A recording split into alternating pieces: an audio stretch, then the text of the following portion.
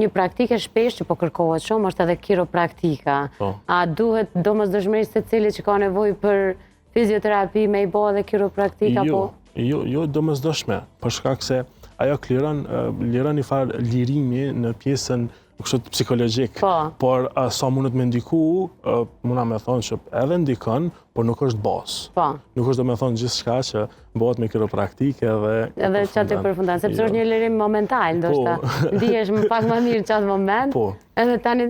Ka sukses, po mas shumë ti që ka sukses, për pos kiropraktikës që është një suksesi më i madh është tek ushtrimet. Do me thonë ushtrimet janë ato cilat i rrisin stabilizimin e muskujve, ndikojnë edhe në çështje fizike edhe në çështje mendore të pacientit, edhe është një ndër teknikat më të mira që në 80-90% rasteve kërkohet më shumti për me u bë në çdo trajtim.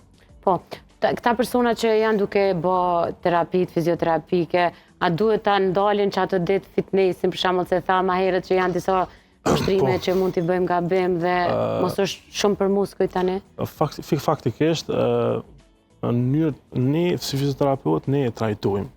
Dhe faktikisht në varet prej problemit që mundet me e pas.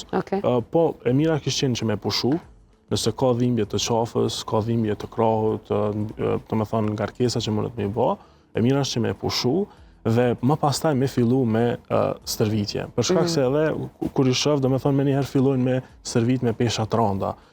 Dhe kanë qef që me pas me njëherë muskuj edhe me pas performancë shumë të mirë. Performanca shumë e mirë arrihet gradualisht, arrihet nëpërmjet trajtimit mirë edhe ushtrimeve të sakta, peshës duhur, edhe fizioterapisë në një rast nevoje, do me thonë që gjithmonë.